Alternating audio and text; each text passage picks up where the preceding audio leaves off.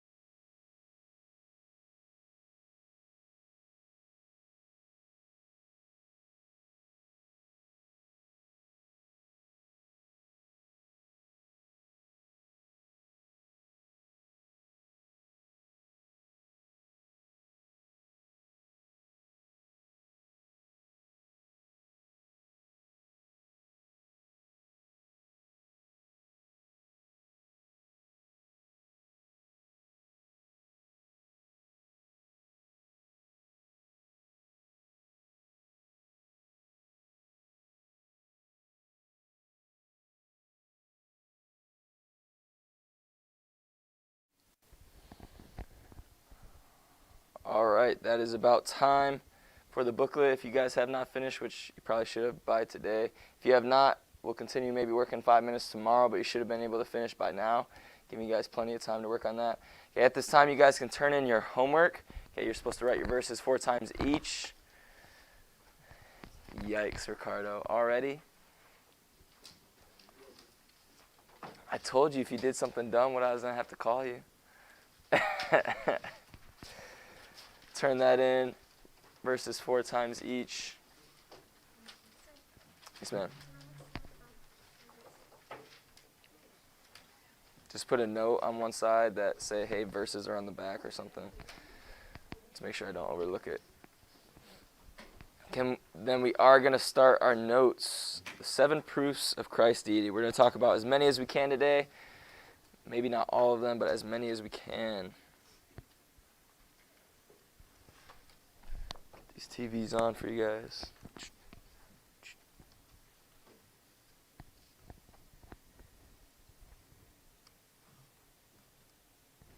We took out the batteries, maybe.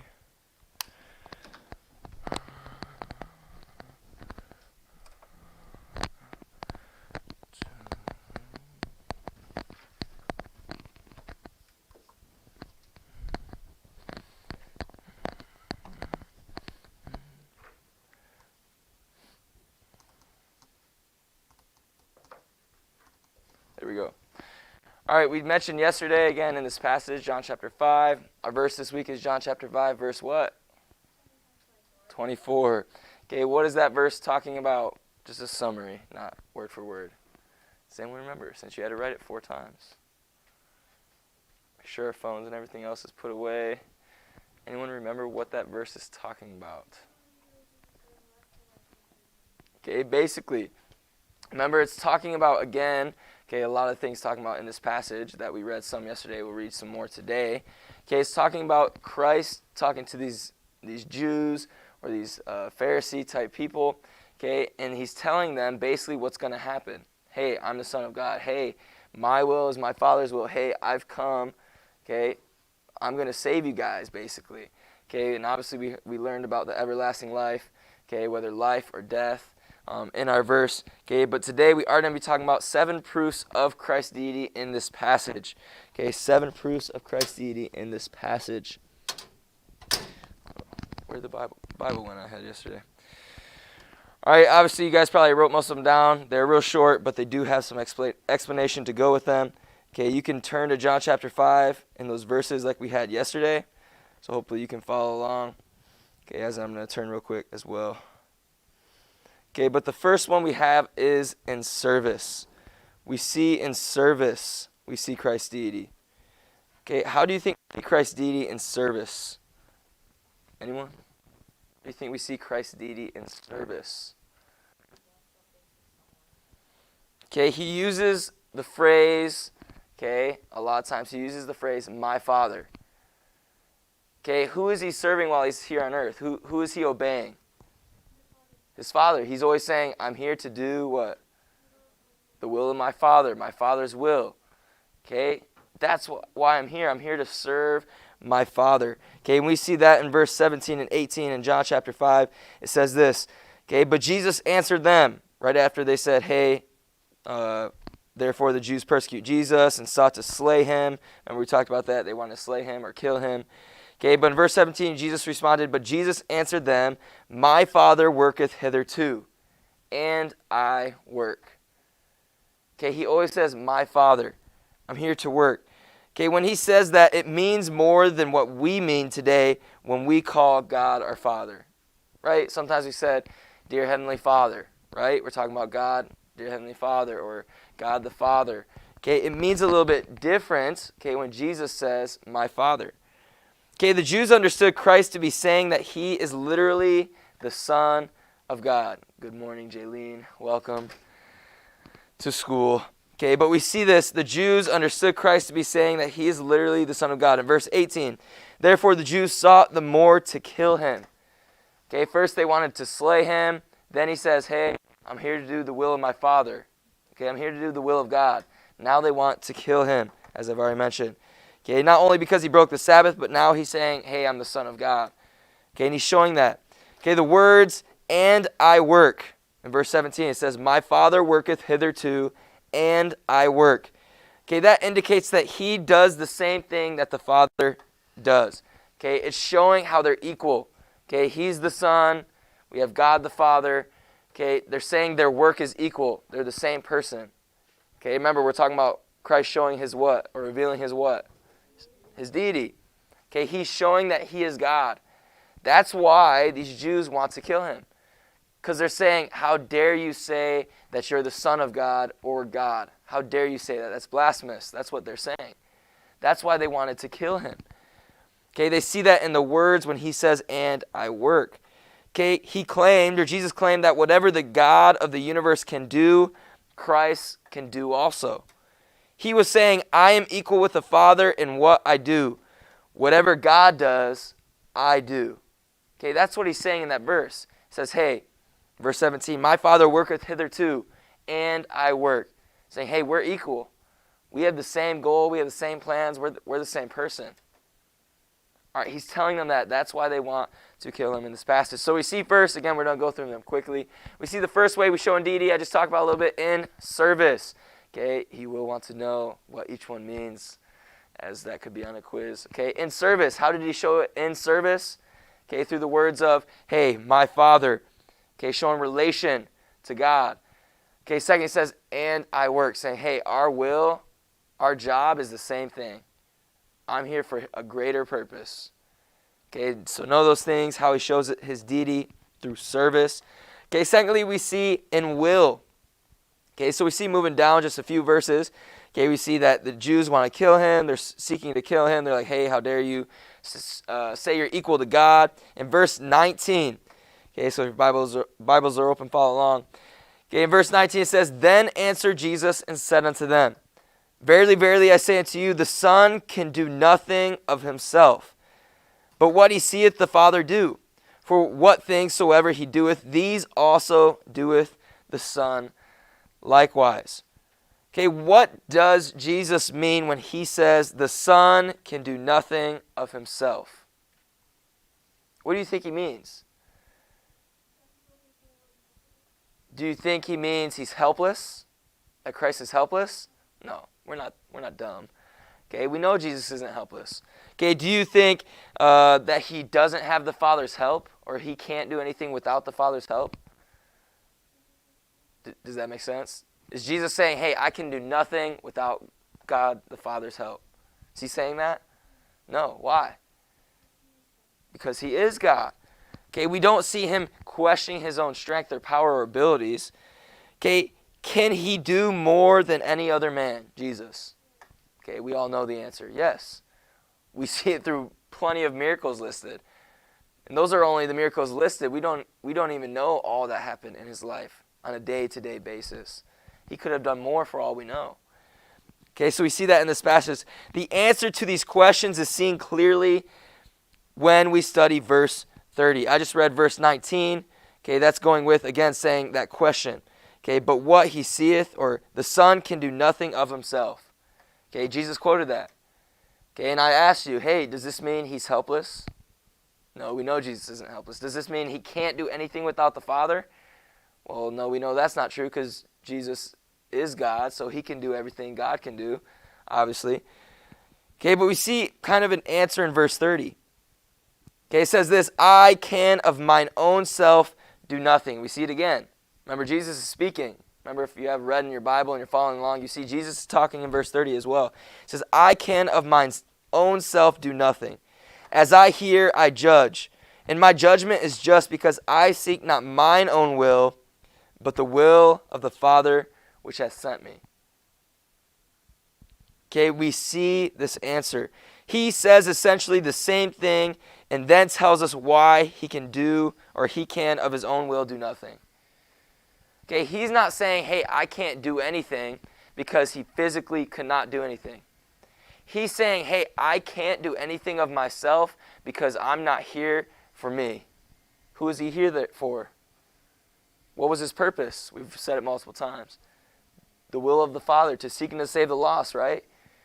So yeah, he can't do anything of himself because he has to do the will of the Father. He has to do the will that he was sent to do. That's what he's saying. He's like, I'm incapable of doing these other things because this is what I have to do. Not that he was physically incapable, because we know that's not true. Okay, but we see through his will, he shows his deity. Hey, I have the same will as my Father. The same goal, the same purpose. Okay, we see that in verse 19. We see it reiterated in verse 30. Okay, he does not, or he limits himself to do only those things that the Father desires him to do. Again, he says, hey, I'm here to do the will of my Father. I'm going to say it a lot this lesson if you haven't noticed. Okay, he's not there to, all right, I want to go try this, or I want to do this, and I want to do this. No, he has a specific goal, and everything he does is to be focused or show us a lesson towards that goal and purpose, salvation. Okay, he can do nothing that the Father does not want him to do, as we see in the passage. Okay, why can he do nothing of himself or on his own without the Father? We kind of already answered. Why can he do nothing on his own or without the Father? Because he has to do the Father's will. Okay, we will see, or in will, okay, he is one with the Father. Remember, I've already said this. They have the same will. Okay, the Trinity, Jesus, Son of God, God the Father, the Holy Spirit or Holy Ghost. Okay, they're all one and the same. Okay, and we've learned that maybe through different Bible lessons, through different time. Maybe we'll talk about some this year, but not yet. Okay, so we see they're all 3 in 1. We've heard this before, yes? Okay, the Trinity, 3 in 1. Okay, so we see they have the same will because they are both God. Okay, they both want the same thing. Their minds are the same. They have the same will. They have the same goal. So we see his deity through his will. Okay, other references of Christ that show his desire of the Father's will. You guys don't need to turn to them, but I will. Okay, we have John 4, verse 34. Okay, it says this in John chapter 4, verse 34. Jesus saith unto them, again, he's talking, my meat is to do the will of him that sent me and to finish his work. Remember that verse? We had that verse before. Okay, saying again, hey, my meat or my job, my duty is to do the will of him that sent me, which is God the Father. Okay, we see in Luke chapter 2 and verse 49. Again, you don't need to turn to these ones. Luke chapter 2 and verse 49 says this. And he said unto them, again, Jesus speaking, how is it that ye sought me? Wist ye not that I must be about my Father's business? Okay, he's you know how Jesus, if you guys have read the Bible just a little bit, okay, if you read any time Jesus talking, a lot of times when he's asked a question, he repeats with what? A question. Okay, he says, don't you guys know, talking to the disciples, don't you guys know I'm here to do my Father's business? I'm not here just to save you from a storm. I'm not here to just do miracles for you. Okay, but I'm here to do my Father's business. Okay, we see that again, not just John writing, but from a different writer, from Luke. Okay, we see him saying it again. Okay, we also see in Luke chapter 22. Luke chapter 22 and verse 42, it says this, and then we'll move on. Okay, it says, saying, again, Jesus is speaking, saying, Father, if thou be willing, remove this cup from me. Nevertheless, not my will, but thine be done. I'm sure a lot of you have heard that verse before. Okay, Jesus knew, remember, he is God. He knew what the goal was, what the purpose, what the will was. But man, he was still all flesh. He was going to experience pain that no human ever wants to experience. Okay, you know when like we get a paper cut or a little cut in our finger, we're like, stings a little bit. We get hand sanitizer in it, it's like, ooh, just stings a little bit. Okay, Christ suffered way more than that for me, for you. Okay, he did that for us. Okay, and he asks, he says, hey, okay, can this cup pass? But he says, nevertheless, not my will. Okay, I understand it's going to be painful. Okay, but it's not my will. Okay, it's our will. Let your will be done. Okay, that's what he says again. We see that in Luke chapter 22. I'm sure we've heard that verse before. Okay, all going back to, again, Christ showing his deity in service, we saw, now through what? In will. Saying, hey, I have the same will as God the Father because we're one. I'm the Son of God. Okay, moving on to the next one. Okay, we also see Christ showing or proving his deity through his intelligence or intelligence. Okay, just moving right down to the next verse. Verse 20 says, "For the Father loveth the Son, and showeth him all things that himself doeth. And he will show him greater works than these, that ye may marvel." If Christ is the Son of God, why does he need the Father to show him all things? Tricky question, right? Yeah, I'll repeat it. Tricky question. If Christ is the Son of God, which we would all say he's the Son of God, yes? Okay, if he's the Son of God, why does he need the Father to show him all things? Why does he say that in verse 20? "For the Father loveth the Son, and showeth him all things that himself doeth." Why does he need the Father to show him all things? Does anyone have a guess? No guesses? Come on, you guys love to talk. I know not during class when I ask questions, but you love to talk. Anyone have a guess? I'll say it again. If Christ is the Son of God, why does he need the Father to show him all things?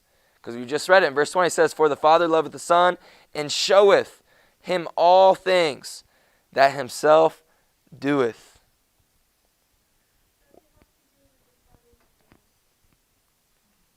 A little bit.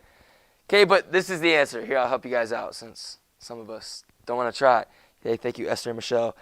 Okay, here's the answer. The idea is that the Father has no secret that the Son does not share. Does that make sense? Okay, he's saying, hey, I need to know what the Father wants. Okay, I need the Father to show me. Okay, but in reality, because they're all one, 3 in 1, okay, there are no secrets that the Son does not know, that they don't both know together. Okay, the Son, or they both have equal knowledge, omniscience. They're both all-knowing, right? We just said that Jesus is the Son of God. Okay, we've heard before, right? God is all-knowing, omniscient, sorry, I just said it. What was it again? Omniscient, sorry, I was saying it right. Omniscient. Okay, we know that he's all-knowing. Most of us, I believe, would agree with that. God's all-knowing. Okay, so Jesus is also all-knowing. Okay, another line of thought that one might follow is that it would be useless to discuss all things with a mortal man. Okay, if Jesus wasn't God, right? Okay, again, we're proving the Christ deity. If he wasn't God, okay, then why would he try to discuss all things? Okay, everything in this world, the will, to just a mere man. What would be the purpose of that? Right? Why would he share that to just a normal man? Okay, but God is showing these things to, obviously, his Son, to Jesus. Okay, what would be the use of discussing Einstein's theory of relativity with a first grader? Did you guys catch that? What would be the purpose of discussing Einstein's theory of relativity with a first grader? What would be the purpose? Honestly, they wouldn't even, you would say 2 words and they're like, oh, relativity? They probably couldn't even say it as first grader. They'd be like, Rela, what? Okay, what are you talking about? Right?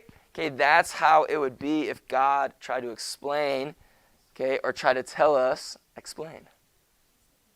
I said explain. It's the mask, I promise. All right, but we see that God can only share these all things to Jesus. He won't share it to a mere just normal man. Okay, just like we wouldn't share or we wouldn't read, I would say, because most of us, I'm assuming, doesn't know Einstein's theory of relativity just like that in the back of our mind. Maybe Noah. Maybe. Okay, but we wouldn't just share or read that to a first grader because it wouldn't make sense. Okay, the first grader would not understand what you were saying, and neither would most of us in this room. Okay, even though we're older, we still wouldn't understand it. Who then is capable of understanding all the ways and workings of God? Who?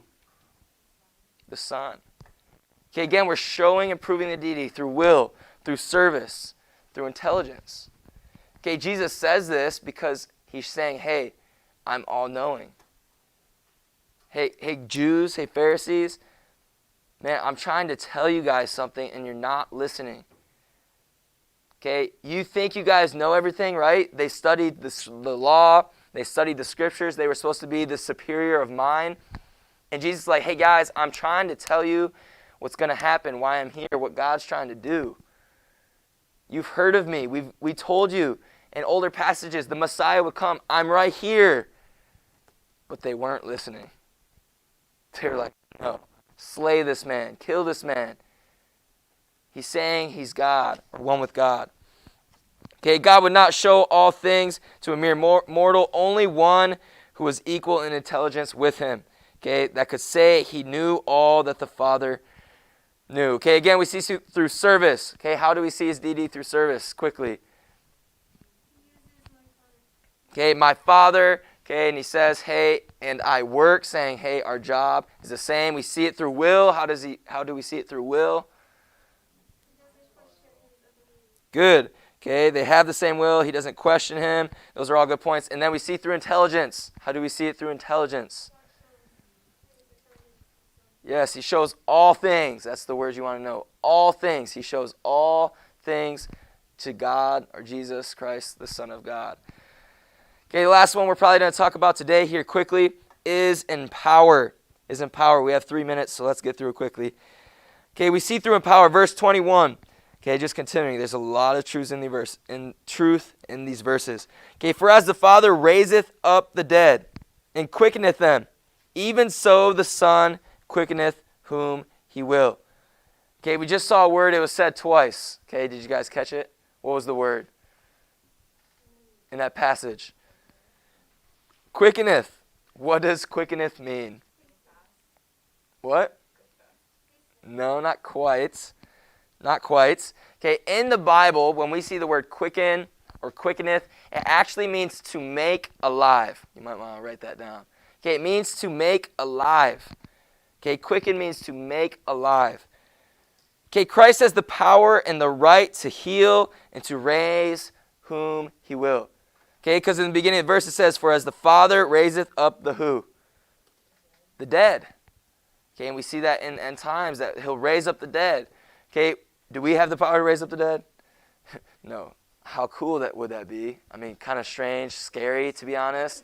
But it'd be a little cool, but it'd be scary, definitely. But like, hey, like, I want to go see how Uncle Frank's doing. You know what I'm saying? Let's go check on Uncle Frank. Hey, how you doing today, Uncle Frank? You know, like Mulan, when they have like all the little ancestors and stuff. That'd be kind of cool. Scary, but cool. All right, but we see, okay, that only one person has the power, okay, and power to raise up the dead. And we see those words, okay, that should make sense now. Quickeneth, or to make the dead alive. Okay, in this passage, though, it's not just talking about physical dead. It's talking about a spiritual dead. Hey guys, hey Jews. Okay, I'm here to raise up the dead. Okay, because what was the purpose of Jesus? Why was he there again? I've said it a ton of times. You guys probably already knew. To do the Father's will, which was what? Save people from their sins, to die on the cross for us. He says, hey, I'm here to raise up the dead, to quicken them, to make them alive, to give them salvation, to show them the light, okay, to show them my love. Okay, Christ has the power to do that. He has all the rights and privileges of the Father. The phrase, whom he will, is the key. I might have the power to murder someone, but I don't have the right to do so. Sorry, Noah. Okay, we might have the power to do something like that, but we don't have the right to do so. Okay, we can't just do whatever we want. Christ has the power to save. He's all-powerful, omnipotent. Okay, just a few more seconds, then we're done. He's omnipotent, all-powerful. But more importantly, he does not only have the power to do it, he also had the right to do as he pleased. To kill and to make alive and to be righteous and impartial judge are basically the attributes of the Almighty God. Okay, we see that all the way back in the Old Testament. I'm going to read these passages and then we will be done. Genesis chapter 18. Genesis chapter 18 and verse 25. It says this. Okay, that be far from thee to do after this manner, to slay the righteous with the wicked, and that the righteous should be as the wicked. That be far from thee. Shall not the judge of all the earth do right? Okay, talking about God's justness, his rightness, that he has the right to do these things. Okay, in Deuteronomy 32, verse 39, and that'll be our last verse of today, and then we will be done. Okay, we'll talk about the rest of them tomorrow. Deuteronomy 32 and verse 39, it says this. See now that I, even I, am he, and there is no God with me. I kill, and I make alive. I wound, and I heal. Neither is there any that can deliver out of my hand. Okay, God, obviously through a man, through inspiring a man, through the Holy Ghost, okay, is writing this. Okay, but God's telling the Israelites at this time, hey, see now that I, me, God, even I am he, and there is no God with me, lowercase g. There's no other God. There's just me. I kill and I make alive. I wound and I heal. Neither is there any that can deliver out of my hand. God has the unlimited power. We see that through those verses. We saw it in John chapter 5 as well in that conversation when Jesus is saying, hey, I have the power to raise or to quicken, you want to know that term, quicken the dead. All right, those are 4 proofs of Christ's deity. We'll talk about the rest tomorrow. Okay, we'll probably finish the lesson on Thursday and have that quiz on Friday. You guys are dismissed. There is no homework. You're welcome. Be ready for that verse quiz on Thursday. John chapter 5 and verse 24. Discipline learners, if you have any questions, let me know. We will see you for economics here shortly.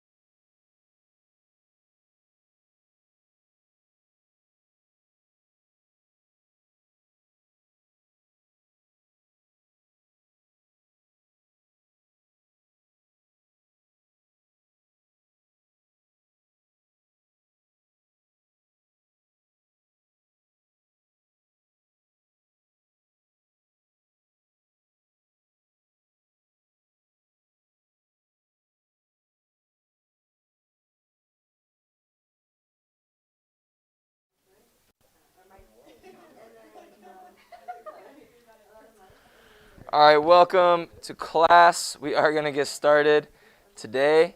Hopefully you're all doing well. These TVs turned off. Okay, we're not doing too many notes. This class is a little bit slower paced, so I'm sure you guys will enjoy that sometimes. I did tell you, though, bear with it. Okay, it might be a little boring in the beginning, but just follow along. Make sure you're not on your phones. Okay, just do your best. Okay, be ready for any quiz or tests. Today we are going to be talking a little bit about the Pilgrims, as most of you already know about the Pilgrims. But we are going to be talking about a little bit about the Pilgrims. And then two types of economics, introduce those today. And then we will be done for today. I believe we stopped at note 7, right? At 9? All right, there we go. Get those up there for you. All right, we already prayed last hour, so we're not going to pray this hour. Probably spend 15, maybe 20 minutes on the lesson. Should be plenty enough time for you guys to do your work. Okay, there's only about 10 notes for today, and then we will be done. So just follow along. Okay, we were talking about the Pilgrims. Okay, although Kylie said, well, so many of them died. How did their economy work? Okay, the thing is, they came from nothing. We're going to talk about a little bit of that today, and they had to do with what they had. You know what I'm saying? Okay, remember I said that they had everything, or all that they had was on their back or on the boat. Okay, so on the boat they did have, and I think you guys got this down, the 7,000 pounds of stuff and supplies on the Mayflower. Okay, the Mayflower was considered a sea tramp. Okay, what does that mean? Okay, just like the word tramp in English language today. Okay, the Mayflower was considered a sea tramp, meaning that it carried any cargo it could find, which is obviously still the definition of a tramp today, if you did not know that. Okay, if any of you guys have seen Lady and the Tramp, the old Disney movie, has anyone seen that? The two dogs? Okay, the guy is called a tramp because that's why. Okay, he goes after any other dog. Obviously that wasn't the case, so it was a false name. But the sea tramp took whatever cargo it could find. People, objects, things, supplies. Okay, that's what it was meant for. Okay, it was about 90 feet long and had a 28 crew member. Okay, this was not everyone that was on the boat. Okay, 28 crew, these were the people that maintained. Okay, the people that were the sailors. Okay, the captain. Okay, obviously that's not the exact Mayflower, but that is a replica of it that was made a little while back. Okay, the Mayflower was blown off its original course. Go figure. Okay, during this time, sailing across the Atlantic. Okay, lots of winds. So they kind of blew off course a little bit of where they wanted to go. Okay, original course, and landed at, as we know today, Plymouth Bay. Okay, this was outside the government control of England. Okay, before disembarking, the passengers agreed on a civil government which included a standard behavior for their economy. Okay, so they get to this new land. We're going to talk about some difficulties they had. Okay, they get to this new land, and right when they get there, like, hey, we're basically free men. Okay, let's start a system that we think will work. Okay, so imagine this classroom. You know, we just get to go to somewhere that we get to make the rules. Okay, and as we make the rules, okay, we have a lot of strong opinionated people in this room. Okay, or at least groups of people. Okay, so I'm sure Michelle will have one opinion, as we were just saying with her and Noah. And Noah will have a different opinion. And Kylie will have a different opinion. And Emma might not say anything at all. Who knows? Okay, I'm sure Esther will have opinions and not say them. Jaylene will for sure have opinions. Okay, Grace will have awesome ideas, but maybe keep them to herself. Okay, but that's how it worked. They get to this new land and they're like, hey, okay, let's make a system that will work. Okay, but with that many different personalities and people, you can see how this could be a problem. Okay, but we're not going to go into that. But we do see them making a type of civil government, okay, where they can make a standard of behavior, meaning, hey, this is what we want, this is our goal, this is what we want to achieve. Okay, because the Mayflower landed so late in the season, okay, of November. Okay, what season is usually around November? Okay, that would be end of fall, beginning of winter. Okay, if you guys have ever been to the Midwest or East Coast during the winter time, it's not so gracious. I mean, you guys start getting mad when it's 50 degrees. Okay, imagine below 0 degrees, multiple feet of snow. Okay, in a time where they didn't have what we had. Emma, they didn't have a heated car. They didn't. They just had to endure it. And remember, we talked about yesterday, they didn't have houses just waiting for them on the other side. Yeah, we're going to our mansion on the East Coast. They had nothing. They had a backpack or a bag or maybe a small tent where they had to go grab sticks and build a tent. Okay, so they didn't really have much. It is in the late time of November. They had no opportunity to plant and to harvest a crop, right? So because they couldn't plant, they didn't have buildings already ready, okay, they had to really use the nutritions or the goods that they had, those 7,000 pounds of cargo. Okay, instead of rationing it through time and using it to make more, okay, they had to use that right away. Okay, which brought them to some problems. Okay, they also quickly had to build shelters. So imagine getting there. Maybe it's a 50-degree day, no snow, not too cold. Okay, they're there. Like, all right, we're there. Who knows what time of the day it was? Maybe it was evening, morning. Let's hope it's in the morning so they can have a full day of work. Okay, so they're working like, all right, now we got to build shelter. Let's go do it. Okay, how would you guys like that? You show up to school, right, ready to go to school, and we're like, all right, guys, now we're done build the building we're going to have class in because we don't have any buildings. That's what happened to these people. Okay, they show up to this new land, they're like, all right, guys, maybe let's say it's nighttime. I like to think and like mess around. I don't know if you guys do this. I like to think it was nighttime for some reason. They get there like, man, it's time to go to sleep, right? Everyone likes sleep in this room, right? Some of us don't get it at night, so we like sleeping in the classroom, right? Okay, we all like sleep, whether it's at a certain time of day or not. Okay, so they're tired. They're like, long trip. Let's get a nap in. They get there. They have no bed. They have no house. Okay, they have no system. So we're going to see a group of people use what they have and make the best of it. Okay, the winter was so harsh, though, half of their numbers died from disease. Okay, tuberculosis, pneumonia. Okay, they didn't have medicine like we do today. Okay, they also died from malnutrition. Okay, they didn't have time, like I said, to grow crops, to get food. Okay, through this time. Okay, so after about half of their population was already gone from the season of winter, okay, in the spring, the Pilgrims gained instruction from the local Wampanoag Indian tribe, or Wampanoag. I forget how it's said, to be honest. Okay, they learned how to fish from the shore and how to farm New England soil. Again, a lot of us know this history. We're not going to really go into it. Again, this is an introduction to economy, what we have today. We'll get there in time. Okay, but now they're building a system. They're building, what is the system? What is it called? I've already said it. Economy. Okay, the study of that system and making it better is economics. Okay, this is their system that they have in that time. Okay, so they're going to build, okay, and they're going to do economics, the study of it, through obviously these tribes, maybe through different things they learn, and they're going to make a better system, a better economy for themselves.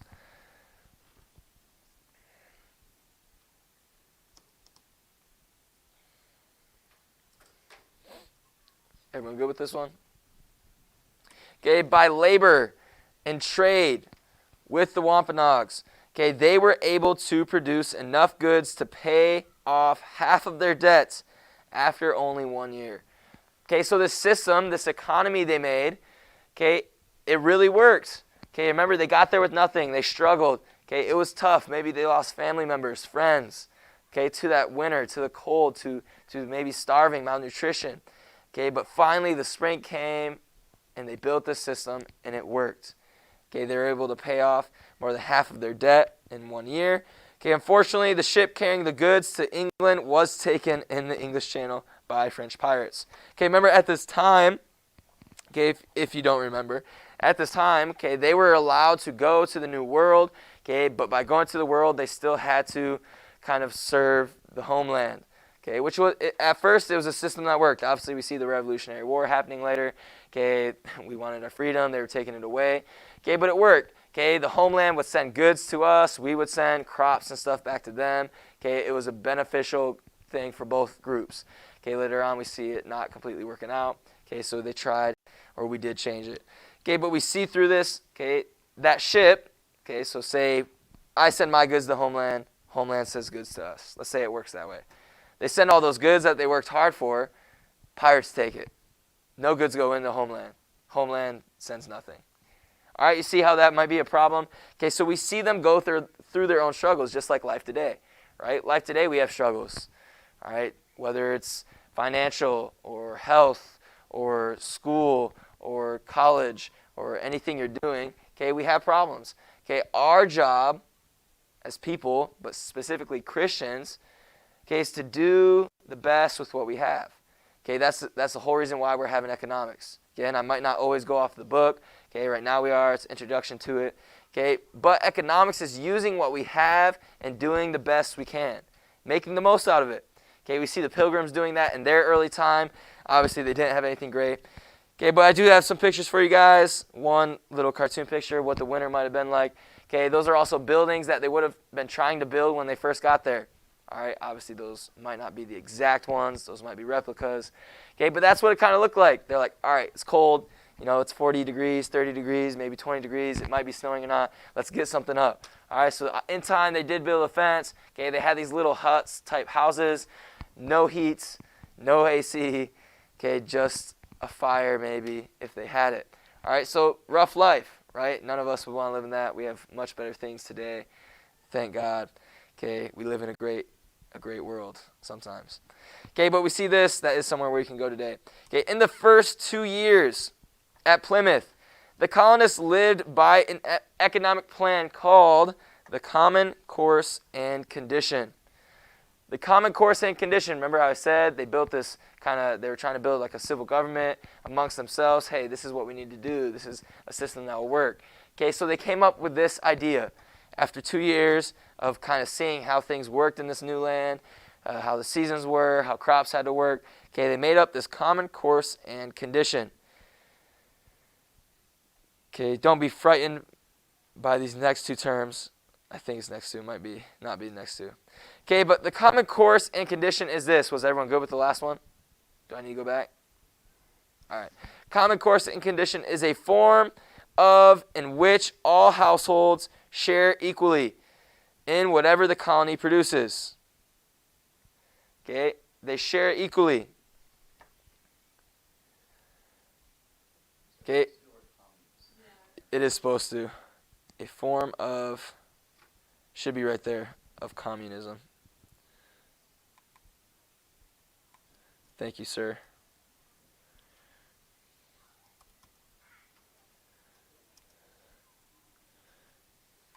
I think that's better. Okay, a form of communism in which all households share equally in whatever the colony produces. According to Bradford, quote, it, okay, talking about this idea, okay, was found to breed much confusion and discontent and retard, or at this time meaning slow, much employment. Okay, meant to slow down. Okay, we're not talking about a mental situation. Okay, but it's a term meaning to slow down unemployment, to make it not work, to confuse it. Okay, so it did have its benefits, but obviously its pros and cons were definitely there. Okay, which is going to lead us to some more terms we need to know. Okay, the next thing we're going to see is private enterprise, after you guys get this one down. Private enterprise.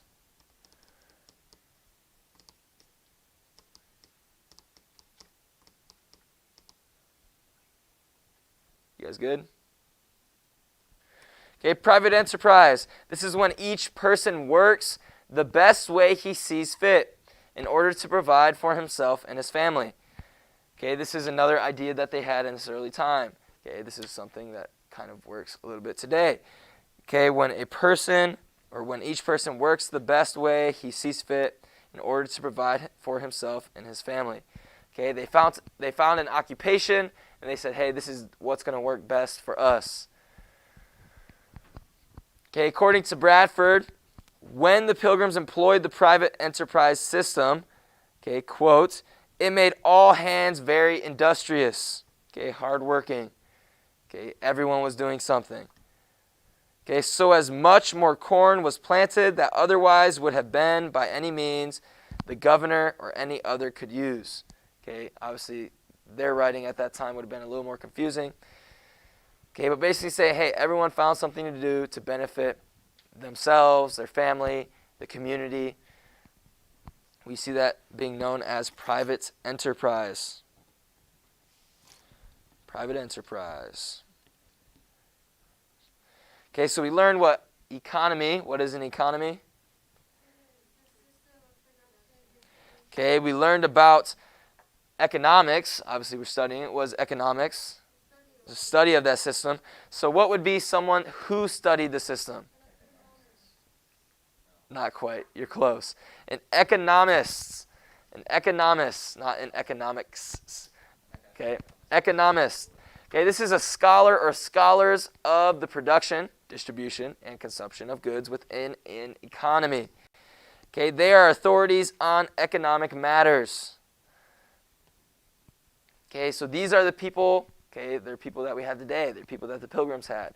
Okay, we don't just say, hey Esther, you're now voted for economist. Okay, no. Okay, you weren't just given this job of economist, but okay, you were someone looking to always improve, to better the system of economy. Okay, we have people like that today. At least we have people that are supposed to do that today. Okay, we have people trying to better the system, okay, to improve, to see our faults, to polish them. Okay, so economists are the scholars of production, distribution, and consumption of goods within an economy. Okay, two types of economics, two different types of studies. Okay, these are going to be our last two notes for today. I told you these lessons will be a little bit shorter. Everyone good with this one? Okay, we have first macroeconomics. Macroeconomics. Okay, so we see these Pilgrims start these ideas. Okay, that's basically all we're going to talk about, mainly about the Pilgrims. Okay, how they started with economies, okay, economics, trying to build their system from the bottom. Now we're moving more into today with what they made. Okay, but we have first macroeconomics. Okay, this is the study of national and international economies and how these major economies are affected by large-scale choices in public policies. So these are like national, unemployment, inflation, and interest rates. Okay, those are examples that would be things under macroeconomics. Okay, we can remember macro, big, the big things of economics or economy. Macro, the big ones.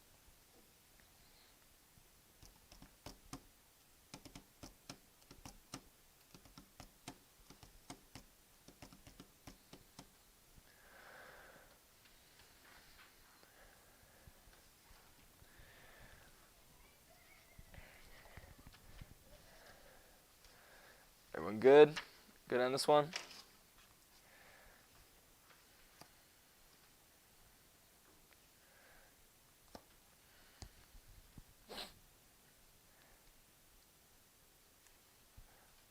We got some slides with some stuff that deals with this.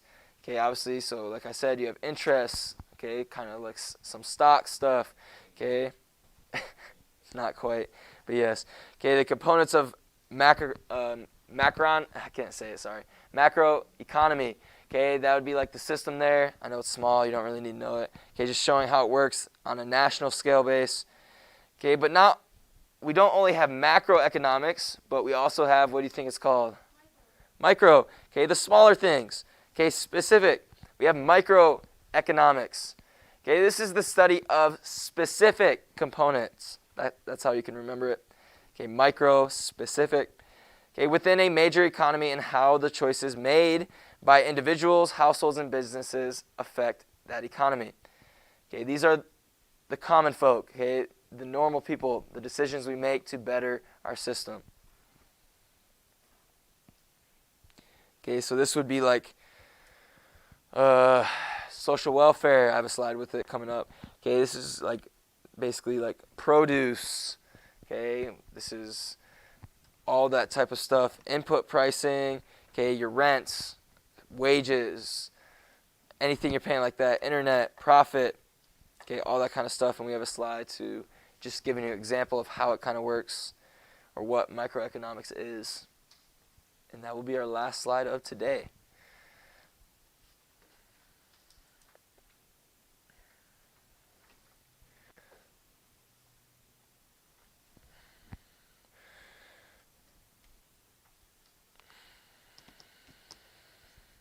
It's just a picture slide, so if you want to put away your notes, you can. Okay, just to show you what microeconomics, kind of how the system works. Okay, you have microeconomics, like I said, product pricing, which is like theory of the consumer. Okay, the demand of something. Okay, also theory of production and cost. Okay, these are the prices we have, like at stores, gas. Okay, all the things we have for normal people, normal days. Okay, you have input pricing. Okay, this is like your rent, your wage, your interest, the profit that you make off of things. Okay, through any system, and you have social welfare. All under, these would be all things under microeconomics. Okay, that is it for today. For homework. Why? Why do we have to have homework? Because I said so, Emma. That's why. Because I said so. All right, for homework. We are going to do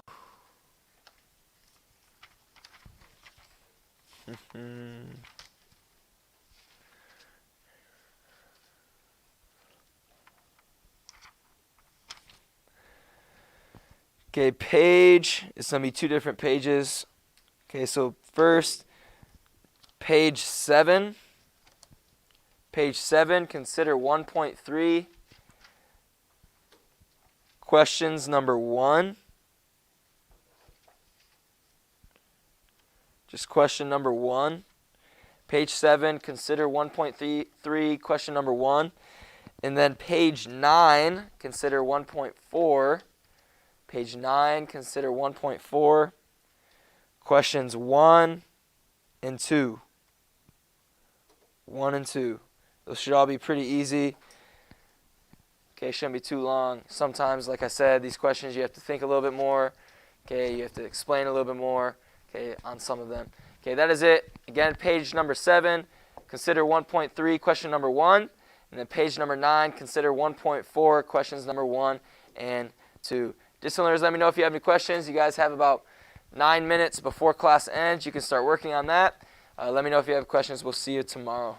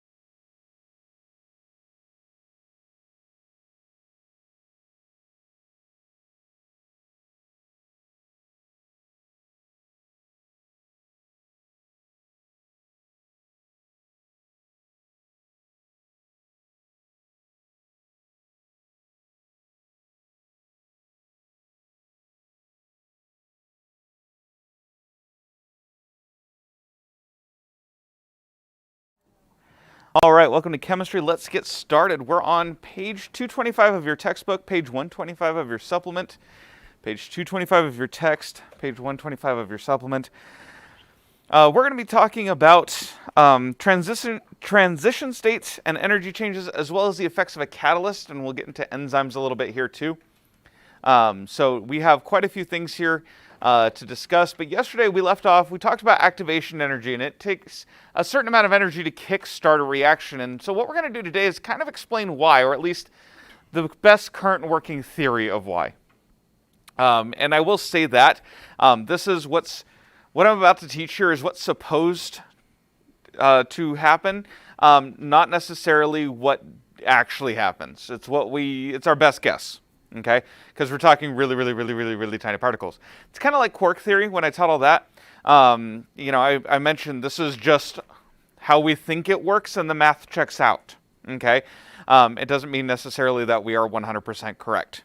Okay, so that's what we're going to discuss here with that, but it is an important way to think of it.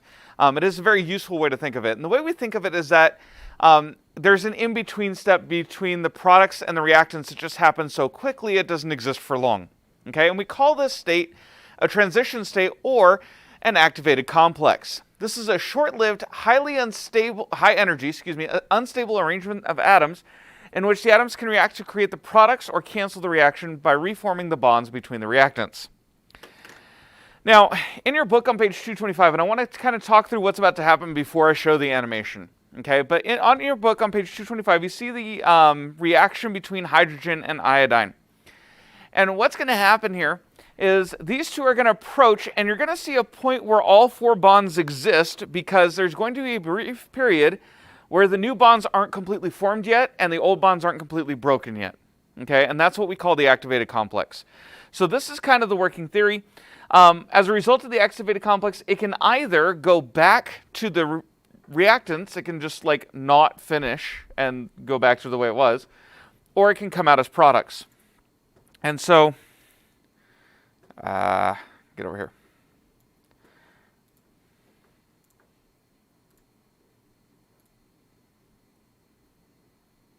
There we go.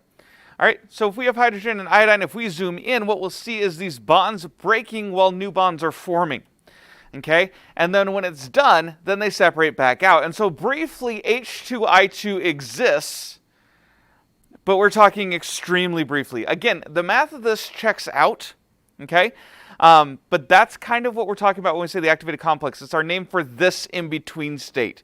And this is obviously extremely slowed down. And again, it's our best working understanding of what happens. And they'll just keep going on forever. All right.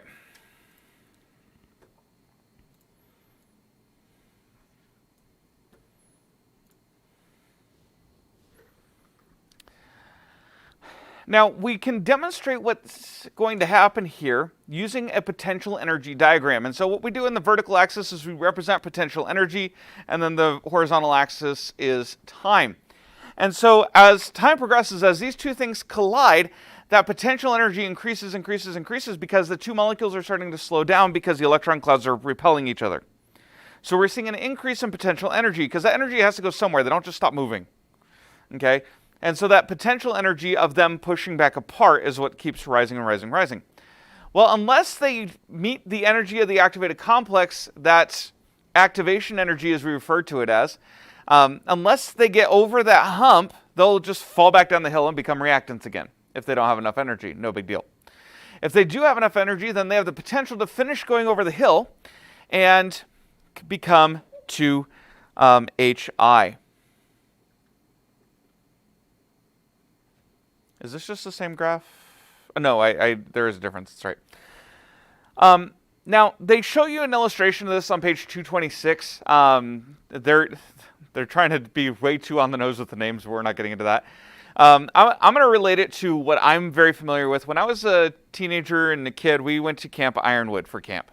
Okay, and on Tuesday morning, they would do this like big camp hike, and I only went like twice because hiking is not really my thing, but you know, I'll do anything once kind of thing, within reason. I should really specify that. It's one of those, okay, moving on. So what we would do is we would wake up, like, it was an ungodly hour of like 6:30 in the morning, but it's also the desert. So like that was the only time it was sane to go. So we went at 6:30 in the morning. And what you would do is you'd leave camp and you'd go like completely direction no one ever goes out of camp, and you'd go up this hill. And it actually got pretty like, okay, to me, pretty intense hike there toward the end, where it's almost vertical, okay? And so you're really going up on all fours.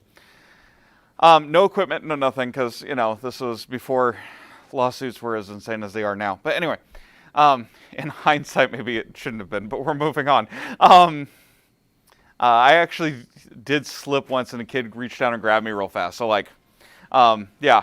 Anyway, so at some point, though, there was actually a point of, they would call it kind of the point of no return, okay? Where if you're already worn out and you can't keep going, they would have someone, and then you would just take the shortcut back to camp. Okay, you wouldn't finish going up the mountain. And I think the first time I ended up having to do that because I was just worn out. But then the second time around, I was able to get up all the way up to the top. And but that point of no return is kind of like not having enough activation energy. Okay, you can't quite get over the hill, so you end up just going back to the way you started. Yeah, right here. You just kind of end up going back the way you started. Okay, and so that's basically what they did. Well, if you could get up to the top, and here was kind of the cool part about this hike, is if you get up to the top, yes, there's this cool, like, I mean, it's an amazing view, because, I mean, you're in the middle of the desert, there's nothing. It's gorgeous first thing in the morning, okay? And there's nothing like the smell of the desert, and people think I'm weird with that one, but I can breathe in the desert because allergies, okay? So, like, the desert smells amazing to me personally. But then you, on the other side of this mountain, were these massive sand dunes. And I'm not kidding when I say this. You could run as fast as you wanted to, because even if you fell, you would just tumble in the sand and it wouldn't hurt. It was a blast as a kid. And again, not a runner, but I was that day. Because I had gotten up that hill, and you don't really have another choice to get down the hill, like you are going to run. You all know what I'm talking about? The question is, can your legs keep up? And the answer is no. But it was so much fun on the way back down. That last bit was so easy, and kind of the reward for getting up early in the morning and doing the hike. And because the only way to get up there is to climb the other side. Because you can't climb up sand dunes. That's not a thing. So that was the only way you could actually experience it. And it was so much fun. Okay? So you kind of get back to camp, you're exhilarated, you're ready for breakfast because seriously, you just worked up an insane appetite. And, you know, that's kind of the idea of what's happening here is you'd come back over that path. The good news though, yes? Yeah. So you know what I'm talking about then. Yeah, so much fun. Anyway, moving on. So, and then afterward, you know, you get all the way down and you're like, oh, great. Wait, how are we going to get back through? Because now all of a sudden you're lower than where you started and it's sand. Okay, this is why some reactions are unreversible. Okay. However, in the event that they are reversible, notice that it requires more activation energy to go backward. Okay, and that's what we're talking about here. And so the change in energy is still the same. Okay, but it creates more energy to go backward. Now, there is a way to take care of that, and that's where 13.4 comes in. If we add a catalyst, it's basically like carving a shortcut into that hill. Okay? When you were done with the hike, actually you didn't have to go back up and over. Okay? Otherwise, that would be brutal. There was actually just a path. You could just walk around the mountain. It was no big deal. It's just, it didn't make much sense to go the other way at the beginning because you can't climb up sand. So it made sense the path they took us. But it's kind of like cutting a path through the hill. And then that point of no return that they had, that was actually where like the path met up. So like you didn't have to go to the mountain to get back to the camp through that path. You just couldn't go through the sand dunes unless you went all the way up. And so, you know, the molecules don't care about the sand dunes. They just want to get back. Okay, and so a catalyst can help speed up that reaction and exit unchanged. Okay, and so this is a substance that increases the rate of a chemical reaction without being consumed in the reaction. Okay, and so the first graph is without a catalyst. It requires, you know, one major push of energy. The second one is what happens when we add a catalyst. Now, what actually happens with a catalyst, I'll talk about in a minute. But notice that, yes, there's two humps, but they're both lower. So it requires less overall energy to do it. Okay?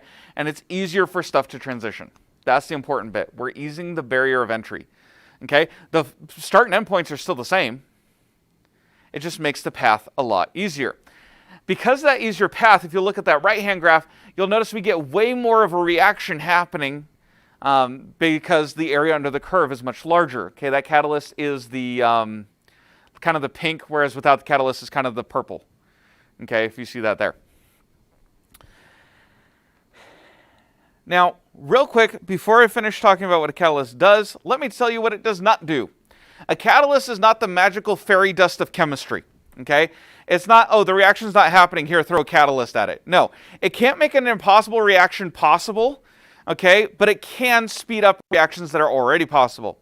Now, it can also speed up a reaction to being reasonable. Okay, let me put it that way.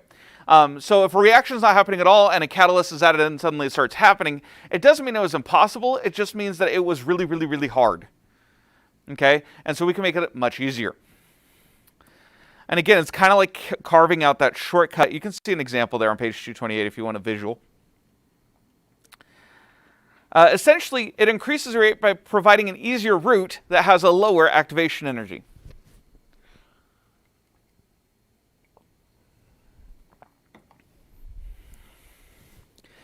And so this gets used quite frequently by multiple things.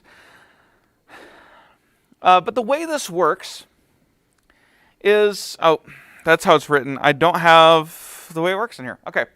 So if you look in your books on page 229, I want you guys to notice that a catalyst basically works as an in-between step. So what will happen is one of the products will react with the catalyst to make an in-between substance, but then it will react with another reactant to make the product and leave the catalyst unchanged. The catalyst does participate in the reaction. It does get used, but it gets put back. It's kind of like a library book. Okay? It can speed up the process of learning things, but it ends up back where it was found. Okay? Basically is the idea. As a result, catalysts get written without entering the stoichiometry of the equation. Instead, we write them directly above or below the arrow. Above the arrow is typically reserved for heated. If there's no heat being added, we can put the catalyst on top. That's fine. And then we'll put what the catalyst is underneath. Okay, usually in its chemical formula. There are times where you'll see where we just write the word catalyst because it's not important, we don't care. Okay, as a matter of fact, I think you have seen that at some point because it wasn't relevant to the discussion. Best practice is to do something like this. So remember that delta means heat, and then underneath we have the catalyst. We can also, if we need to, write electrolysis in there, if we like electrified it. There's quite a few things we can do with that arrow. Let's put it that way. So that's how we write a catalyst. Catalysts exist in, hold on, I want to make sure. Oh, here it is. Here's the equation set I was talking about. I thought I had it in here. It was just on the next page. All right. So instead of doing equation 13.7 is what we write, and that's what we notice. Okay, does that make sense? But 13.8 is what actually happens. Okay, and the first part of 13.8, you get the first substance plus your catalyst gives you first substance catalyst. And then that reacts with the second substance to kick the catalyst back out, because that's actually easier than breaking the bonds in the first place. Okay, it's usually easier to work with the catalyst. And so this gets used in multiple different ways, but they exist in two forms. The first one, whoops. Okay. Real quick, H is a state function. I got ahead of myself here. H is a state function, so the change in H is the same whether or not we have a catalyst or not. Okay, the difference in energy is always the same, because the difference in energy, going back to the graph, is this region here. Okay, notice that's the same. It's from the baseline of the reactants to the baseline of the products. Okay. And same here. So all it does is it changes this region. It doesn't change this region. Okay, does that make sense? Okay. So it's the same because H is a state function. It doesn't matter the pathway.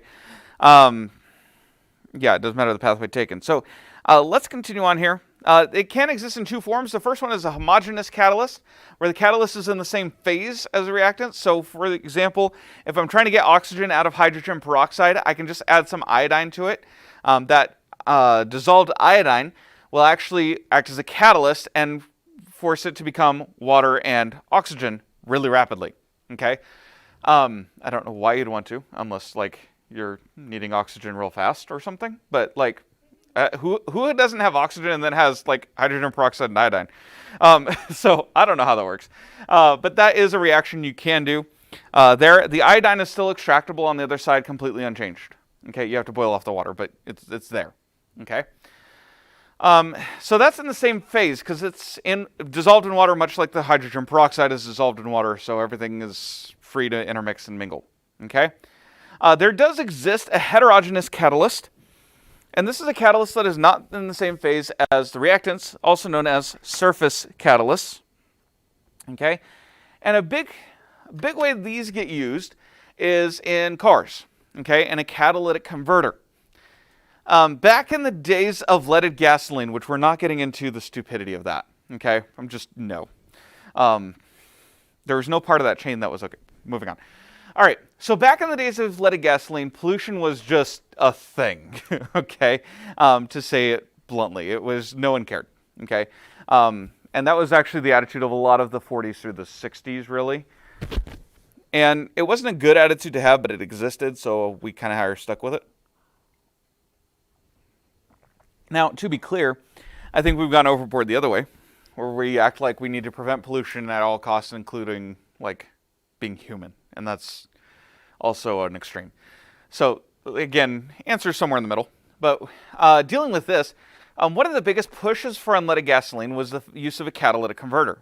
Okay? And what a catalytic converter does is it's typically platinum. And there's more to it than this, but platinum is heavily involved here. Let me just go that route. I'm oversimplifying a lot. Okay?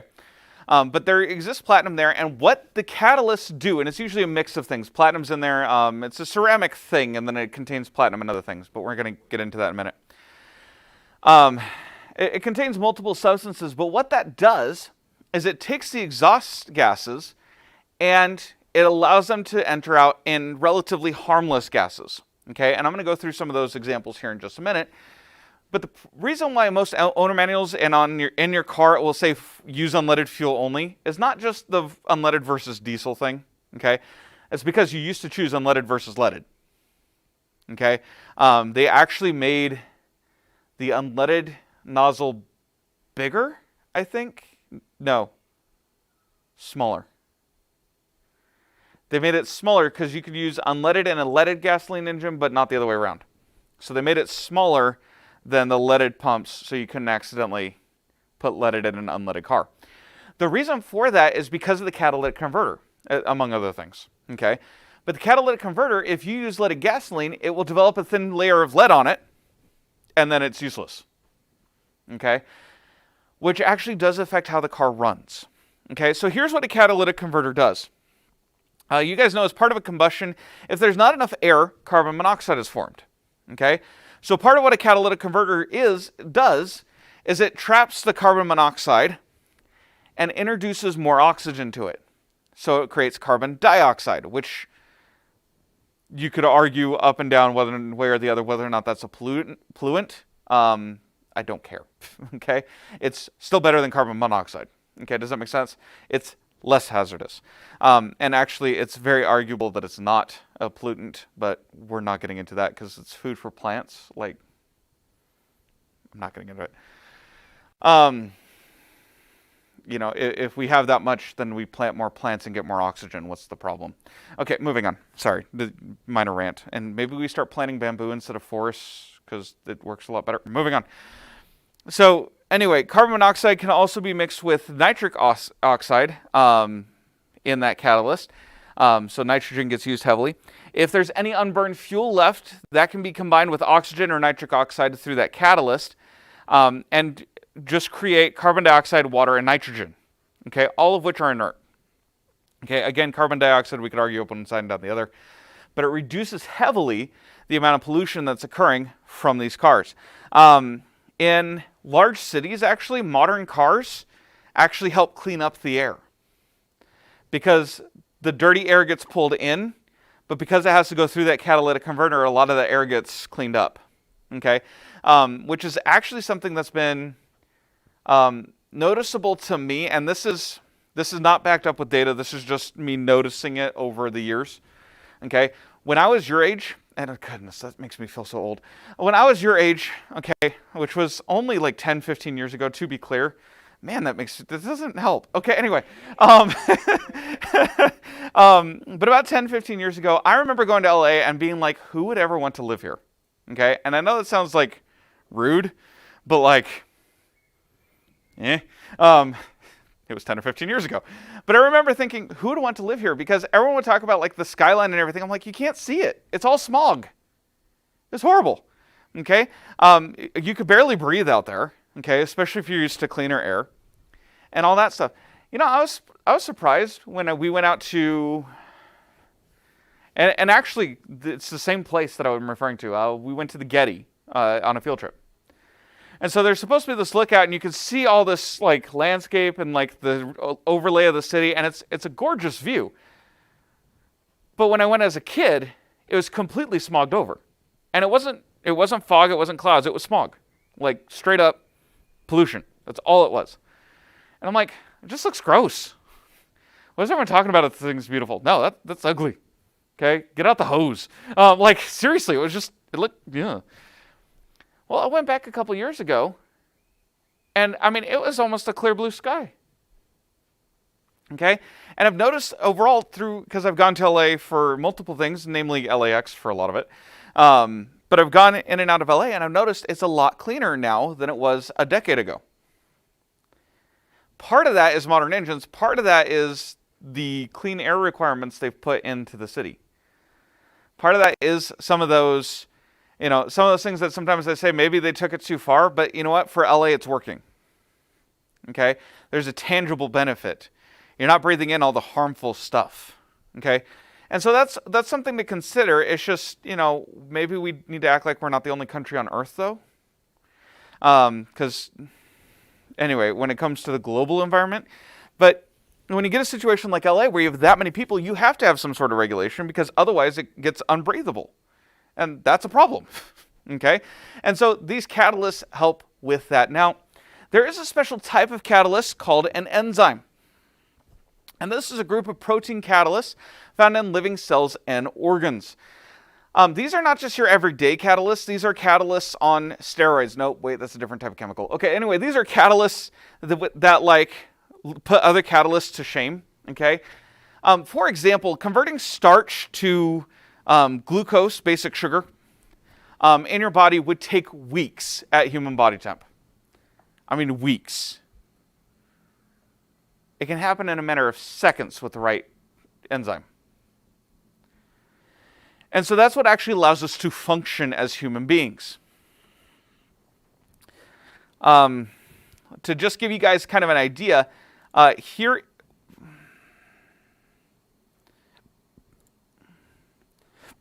if you look at page 231, and I do not have a picture of this on screen, so if you look at page 231, you guys can see one of the catalysts. That is catalase. Okay, this one is often used, let me see here, to go from hydrogen peroxide, which is a harmful byproduct of metabolism in your cell. Okay, it's like any waste product that needs to be dealt with. But with catalase, it breaks it apart to water and oxygen really fast. Hydrogen peroxide is kind of unstable in the first place, so you would think it wouldn't need that much help. But it takes a lot of energy to do it. And so you'll notice there, that giant thing, okay, that monolith on page 231, that's catalase, that's the enzyme. If you look at it, the little itty bitty dot next to it, that's the molecule it's breaking apart. Okay? But it does it really effectively and really fast. Okay? And that's why. Now, the way the book shows it is one way, and the reason why I don't have it on graph is because I'm going to show you guys the other way. Okay, you can represent it. Proteins are often represented as ribbons and plates, and things like that because they fold in on themselves to compact themselves. Okay, and you can only show that so well with ball and stick figure. And so with catalase in particular, it actually looks something like that. Okay, that's about what catalase actually looks like. Okay, ish. Come in. Okay, so that's about what it actually looks like. So in your book, you get this monolith thing, and here you realize exactly how complex this thing is. It has folded in on itself to take up less space because, as you can imagine, space is a premium in a protein or in a cell. Okay, and so it's folded in on itself. There is actually a project called Folding at Home. It's put out by Stanford University, and what you can do is you can dedicate, if you have a computer that sits around idle a lot of the time, you can actually install software to allow them to try to fold proteins on your computer when you're not using it. It'll stay out of your way when you're using it. I've actually used this myself. So what they'll do, though, is they'll research how the proteins fold and use it to try to research cures for cancer, or most recently COVID. That was a big push for when COVID outbreak happened in the tech enthusiast space. It was a big push for everyone to get their systems on that platform whenever they weren't using them for work or whatever, or gaming. Okay, whenever they weren't using it, so that way a cure for COVID could be found faster. That was the idea. Still haven't gotten there, but a lot of work has been done on the topic. It actually got to the point where that program got 4 times more powerful than the fastest supercomputer, because you have all that distributed computing. And so it was a really cool thing. So if you guys have like your own computer and like your parents don't mind a slightly higher electric bill, you know, it's a good thing to get involved in because it's a good way to contribute even if you don't understand all the folding stuff. Because this is what proteins actually look like. This is what the enzymes actually look like. Okay? As a bit more of a practical example, one protein that I am one enzyme I'm insanely familiar with is lactase. Okay? Lactose is the name of sugar found in dairy. Okay? To be lactose intolerant means your body does not naturally produce the enzyme for lactose. Okay? And so I just happen to have an example of this one laying around. This one's in tablet form. But what this is, this is not a medication. It actually says right on the box, this is not a medicine. I can't overdose on this. I could eat in a whole box of this. It wouldn't matter. Okay, I wouldn't. Why? Okay, but it wouldn't matter. Even if my kids get a hold of it, like I try to avoid that. But like even if one of my kids were to get a hold of it, no big deal. Okay? Because this is not medicine, this is just an enzyme. It looks something like that. Okay? So this is kind of what lactase looks like. And so this is a molecule that my body doesn't produce, which is why I can't have real milk. Okay? Without some assistance of actually ingesting the enzyme along with the milk. And what?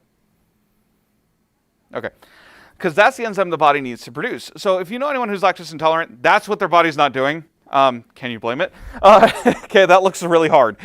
So instead, it's prepackaged in very useful tablet form for those with that. So anyway, just wanted to illustrate that. That's the culprit. That's the missing piece. There's a reason. All right, so with that, I think I've done enough sidebarring there on enzymes. Okay, but without enzymes, we wouldn't really be able to live. Okay, and they're just a special subset of catalysts. Now, every enzyme is a catalyst. Not every catalyst is an enzyme. Do we see the difference? Okay, enzymes specifically are protein catalysts. They're the big complex ones. Platinum is just a catalyst. It's not an enzyme. Okay, does that make sense? But both those enzymes I just showed you are also catalysts because that's what an enzyme is. All right, makes sense? See the difference? All right, now one thing that can be both a benefit and a hurt is the existence of inhibitors. These are substances that slow the rate of a chemical reaction by bonding to or tying up a catalyst. An example of this is heavy metals. Okay, things such as lead and mercury. I'm going to focus more on lead right now. And what lead does is it will actually tie up many of the enzymes in your body, which is how people have died in the past from lead poisoning. It's not the lead itself that actually Well, I mean, it is. But it's not just the existence of lead in your system. It's the fact that that lead is then bonding to your enzymes, stopping your metabolism. Okay, and so over time, you get enough of that happening, then you have no enzymes left. Okay, and that's a problem. All right, so that's kind of the idea there. Some metals are important, just to be clear, okay? And it's just like anything, too much of a good thing is too much of a good thing. Things such as zinc, iron, copper, and... Does that say selenium? Huh? I'm on page 231. But periodic table, does that say selenium? Yeah, I don't have mine out. Okay, cool. I just didn't recognize it at first glance. All right, so selenium, those are all necessary for everyday functions, but it is possible to get too much of them for this reason. This is why actually for guys, especially guys with a heavy red meat diet, they tell you to avoid taking iron. And so if you guys have ever noticed that there's a difference between men's and women's multivitamins, that's not a pointlessly gendered thing. Okay, there are plenty of things in this world that are pointlessly gendered. I'm not getting into that. But multivitamins are not. Biologically speaking, guys absorb iron far easier than women do. Okay? Not my fault. Okay? So the guy's multivitamin does not have iron in it. The women's does. Now there's other differences, but that's one of the biggest ones. Because guys can easily overdose on iron a lot easier than girls can. Okay? Girls actually tend to have a problem absorbing iron, so they add extra in. Okay? That's kind of the idea there. And so that's actually the reason for the difference. It's not a scam. It's not a way to sell twice as many pills. It's entirely just because there's a biological difference, and unless you acknowledge that in science, you can't do much. Okay, so that's the issue there. But that's why, because too much of it is a bad thing, just like anything else. All right, tomorrow I'm going to finish up. I think. Hold on. Let me double check before I say that. Yes, tomorrow I plan to finish up chapter 13 with reaction mechanisms. We'll talk about what reactions actually do in the background. We'll write them in one stage, but there's actually, turns out, step by step. Think of it, you can think of reactions as IKEA furniture if it helps. All right, so not that I've ever done IKEA furniture. Everyone always mentions IKEA furniture. I've never been in an IKEA. I'm 31. I've never been in an IKEA. Anyway, everyone's talking about like IKEA as if it's this universal thing. I'm like, I don't even know where there is one. So whatever. Not that it's relevant. I don't know how I got onto that. But anyway, we can think of it as kind of Walmart furniture if that helps you better. You got to put together all the pieces and hopefully you have all the bolts, and that's kind of what reactions do. So we'll finish talking about that. Again, chapter 13 homework will be due on Friday. You'll also have quiz 13 on Friday. And then we'll pick up in, I think, chapter 11 after that, because we intermix those chapters. All right? Any questions? All right, distance learners, I'll see you guys later.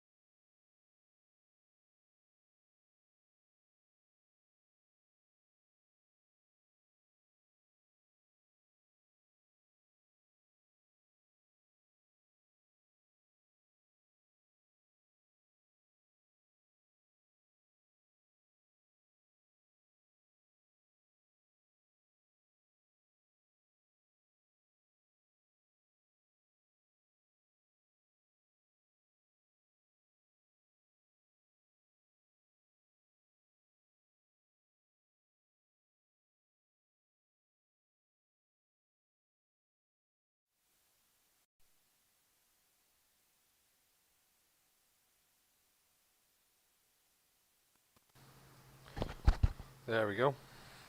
Okay, guys, we're going to get started. We're on section 8.2, page 230. Page 230. Okay, shopping. Because apparently everybody goes shopping on their vacations. Okay. There are three things we need to remember when we're going shopping. Number one, is it something you need or want? Okay, when you're looking for an item, is it something you need or want? Number two, the item is offered at a price you're willing and able to pay. Okay, are you willing and able to pay that price? And is the item available from a reliable source? Okay, so is it available from a reliable source? Especially when you were looking at buying stuff online. Are you buying from someone reputable? Okay, typically when you buy stuff off of Amazon, you're pretty much good to go. Okay, but if you buy something from off of eBay, you want to look at the seller, who's selling it, how many reviews do they have, are they a brand new seller and don't have very many? So make sure you look at that stuff. Okay. I don't know why in this section they equated adding fractions with shopping, but that's what your homework is adding fractions. So real quick, remember that when we add fractions, we need to have a common denominator, and then when you add them, you only add the numerators, and then you change the fraction to a mixed number at the end. Okay? So for instance, model problem number one, Angel Moore was put in charge of buying the sandwich meats for sophomore spring fling. She purchased 7 3/8 pounds of turkey at $3.99 a pound, 3 2/3 pounds of roast beef at $5.69 a pound, and 3 3/4 pounds of ham at $4.25 a pound. How many pounds of meat did she buy? And what was the cost of the sliced turkey? Okay? So again, we need to make sure that when we're adding all these fractions up, these mixed numbers, we get a common denominator. For 8, 3, and 4, your common denominator is going to be 24. Change those fractions so they all have a denominator of 24. Then add everything up, change it, and we get 14 and 9/24 pounds. Okay? When you are multiplying, okay, in this case they changed the mixed number to an improper fraction. If you want to, you can change it to a decimal and just use your calculator to multiply. All right? So, homework for tonight is going to be on page 231. Page 231. It's going to be 1 through 12. Okay? Make sure you guys turn in your homework from last night, or you guys can just submit it through Google Classroom if that's what you want to do.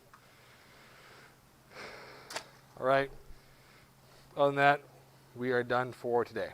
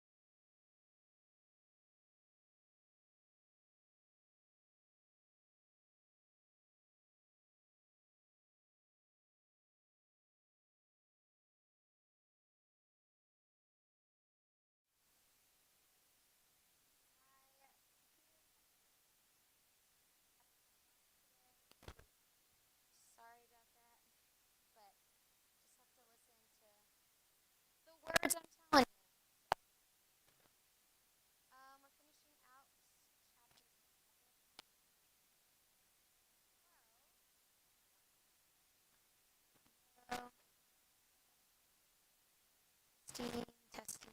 Hopefully this works. Nope, not working. Okay.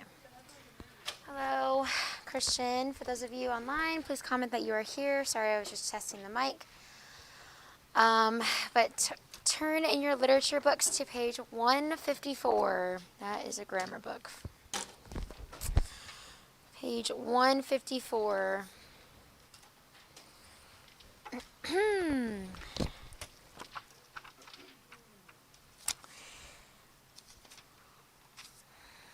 Okay, so we talked about the coming of Friday. Actually, sorry, 151. My bad. 151. The coming of Friday, chapters 11 and 12. Look at your intro on page 151 for the chapter 11. It says, in the years that have passed since Crusoe spotted the footprint on the shore, he discovered that cannibals occasionally visited the island. So he saw the footprint in the last chapter. Obviously, it was entitled Footprint, but he saw it, and it was actually a few years after the fact that he saw the footprint that people actually came onto the island. So on page 151, the top of the page, it says, I was surprised one morning early with seeing no less than 5 canoes all on shore on my side of the island, and the people who belonged to them all landed and out of my sight. The number of them broke all my measures, for seeing so many and knowing that they always came 4 or 6 or sometimes more in a boat, I could not tell what to think of it or how to take any measures to attack 20 or 30 men single-handed. So I still lay in my castle, perplexed and discomforted. So he saw that there's a lot of people, like kind of in the intro, he was surprised to know that cannibals, they still came to the island. And in this particular day, when he saw cannibals or tribesmen on this island, we see towards the bottom of that paragraph that there was at least 30 people or 30 tribesmen dancing around about to offer 2 people for a sacrifice or to murder them. It says 2 miserable wretches, kind of towards the bottom, 2 miserable wretches dragged from the boats where it seems they were laid by and were now brought out for the slaughter. So these men, they were going to kill these people. And then they knew that they were cannibals, obviously, that they were going to eat them or do something with them or offer them to their gods. But then it talks about how one of them slipped away, and then Robinson Crusoe actually decided that he was going to keep that guy and rescue that guy and make him his assistant. So we see that on page number page 151 over to page 152. It just talks about how he beckons the tribesmen to come be with him and say, hey, I got you, you're safe. And then basically from then on, at the very top of page 152, it says, at length he came close to me, and then he kneeled down again, kissed the ground, and laid his head upon the ground, and taking me by the foot, set my foot upon his head. And thus, or this, it seems that this was in token of swearing to be my slave forever. So that was kind of his way of saying, I'm going to be your slave, I'm going to kneel before you, take your foot and place it on my head. That's, I guess, a custom that they did. So Friday, or the guy becomes Robinson Crusoe's apprentice, slave. He worked for Robinson Crusoe, and he actually was a very good one. He actually says, never man had a more faithful, loving, sincere servant than Friday was to me. He named him Friday because that was the day that he saved or rescued the man, and then he begins to teach him English. And so that was, and he describes this year as the most pleasant year of the life that he was on the island. We see that on page 153, the paragraph right above the chapter 11 sections. That's just what he describes this time of having an actual companion now. So in chapter 12, Friday's conversion, this just basically talks about how in the coming times he was teaching Friday how to speak English, and then obviously Robinson Crusoe, he had a good relationship with God, and then he wanted to share, the good news of salvation with Friday. So he began to ask Friday all these questions, but Friday was kind of confused. It was a foreign concept to Friday, so he was asking all these questions. He says, if God much strong and much might as the devil, why God not kill the devil, so make him no more wicked? He's basically asking all these questions to Robinson Crusoe. So that kind of strengthened or caused Crusoe to kind of do a little more digging, kind of like when sometimes people ask you questions that you don't know the answer to. If you just say, give me a second, I'll look it up, or maybe sometimes when you guys ask me questions, I said, I'll Google it or something like that. But that's kind of what Robinson Crusoe did. Friday, he asked him all these questions about God and creation, and then Robinson Crusoe didn't know the answers to, so that kind of strengthened his walk with God, and he had to search the Bible for those questions and those answers to those questions. So Friday's conversion, he finally, after a long time and asking questions and just basic questions of why the earth was created and we can see God in nature, Friday was finally converted over to Christianity. On page 156, it says, I continued all the remainder of my time, and the conversation which employed the hours between Friday and me was such as made the 3 years which we lived there together perfectly and completely happy. So even then on, he continues more years after that. So it's not just like a boom, boom, boom. He meets Friday. They become rescued. They live there together in the years to come for 3 years together before they were finally rescued in the next chapter. It says, if any such thing as complete happiness can be found in sublunary states, the savage, obviously talking about Friday, was now a good Christian, much better than I, though I have reason to hope and bless God for it, that we were equally penitent and comforted, restored penitent. So basically he was both saying they had a good relationship with God. Okay, that's chapter 12. Tonight read the last chapter, chapter 13, rescue. Okay, page 156 to 159. All right, page 156 to 159, the last chapter in Robinson Crusoe. Okay, put that away. Today, hopefully, we're not going to have a super long lecture. Didn't really want that. But go ahead and take out your vocab. We're going to review that quickly tonight for homework to review list 5. List 5. Last night you should have reviewed list 4. For your test on Thursday,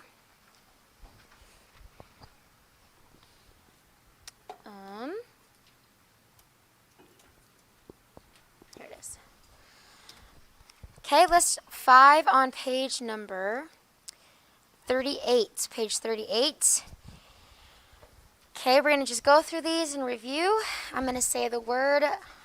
Just follow along with the definition, okay? Number 1, agnostic. One who holds the existence of God is unknown and unknowable. It's okay, you don't have to say it with me. Just follow along. One who asserts that all claims to knowledge are uncertain. So you know what agnostic means. Anathema. It's also a person or a thing, accursed or consigned to damnation. A person or thing greatly detested, or a curse or imprecation generally. That is an anathema. Obviously not a good thing. Number 3, caustic, capable of burning, corroding, destroying tissue by chemical action, cutting or sarcastic in utterance. You can refer this to actual burning or destroying tissue by chemical action, or maybe like a burn, basically, like a comeback to somebody, which is you're being caustic, so cutting or sarcastic in utterance. Number 4, criterion, test, rule, or standard. That's pretty self-explanatory. You need to meet the criteria for a lot of entrance exams. Demagogue, a leader who appeals to the emotions and prejudices of a populace in order to obtain power. Eon, an indefinitely long time. Epithet, a name or a title used to describe or characterize a person or thing. Idiosyncrasy, temperament peculiar to an individual. That is their mannerism. Panacea, a supposed remedy for diseases or ills. Plethora, excess, superabundance. Pseudonym, we kind of know what a pseudonym is. This is what authors may use instead of their real name. And then sporadic, occurring in occasional or isolated instances. So tonight, study this list so that you will be prepared for your test on Thursday. Are there any questions about that? So Thursday's test will be over list 4 through 6, okay? And then last but not least, your grammar books. Let's just spend a little more time reviewing for this. Go to list or section 11 in your workbook.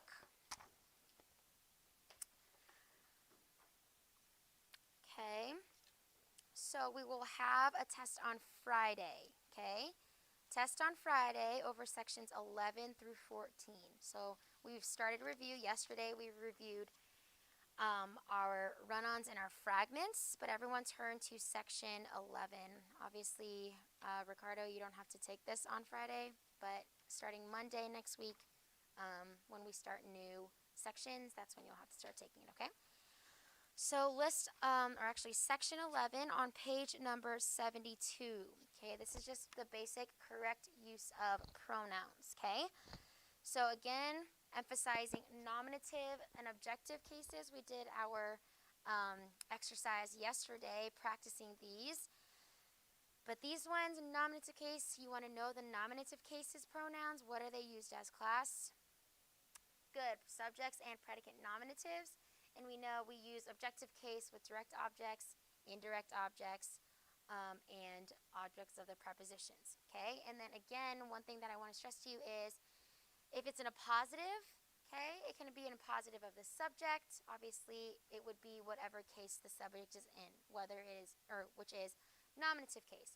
If it was in a positive of the direct object, the pronoun would be whatever case we use for direct object, which would be objective. Okay, so those go for a positives. Anything that it is explaining the case or explaining of the word, so subject, direct object, indirect object, anything that is explaining, that's the case that we would use with our pronouns. So just remember the nominative case, which is I, you, he, she, and then they, and obviously who or whom without the M's. Objective case would be me, him, her, us, them, and then whom and whomever. So know those cases so that and what they're used as so that you can determine those. Also, did I already pass back your guys' quiz the other day, quiz 7? I kind of wanted to review those if you guys had any questions about it. But do you guys still have it with you, quiz 7? Let me see.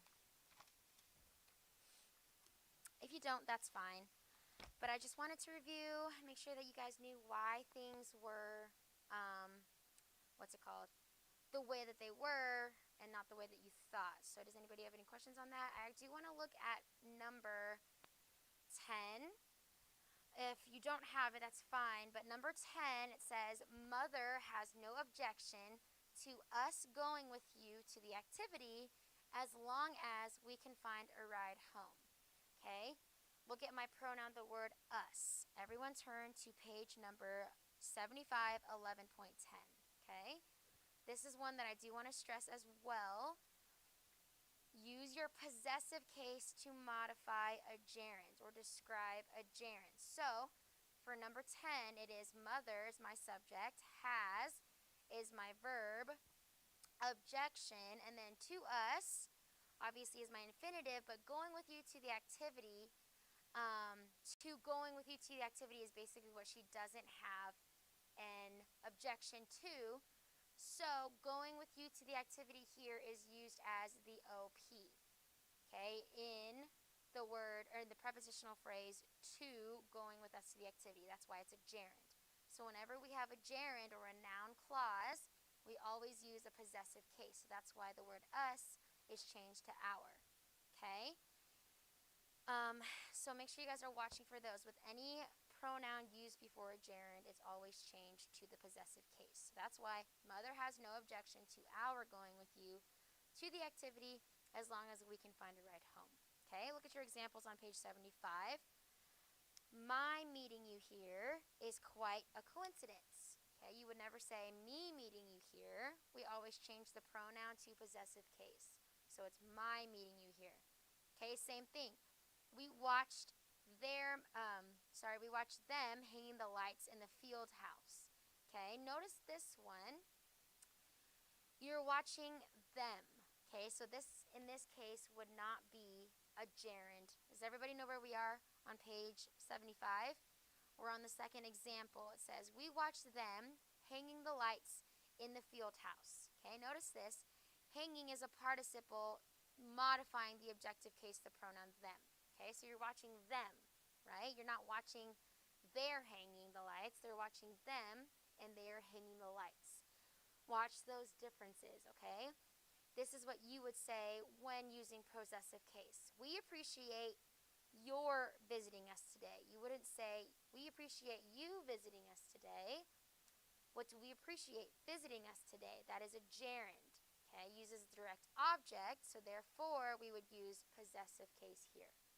Okay, those are the differences between a direct object of a pronoun and then something that's describing the direct object rather than a gerund used as a direct object. Okay, so watch for those. That'll be on your test. And then distinguishing nominative and adjective cases. These are just ways for you to know which pronoun case to use. Okay, and then if you want to know the process, that's on page 76. Remember, whenever we have a phrase or a clause, we put those in brackets. That's the first step. So then in that bracket, that's what we're looking at. Okay, then we're analyzing the clause to determine the use of the pronoun.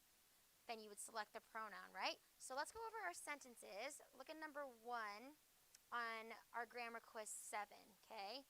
Sorry, Ellie, I can just print this off for you. Raise your hand if you need a copy, or if you don't have your copy with you, Tori and Victoria. Ellie, do you have your copy with you too? Okay. Wait, you don't? Oh, 3 copies.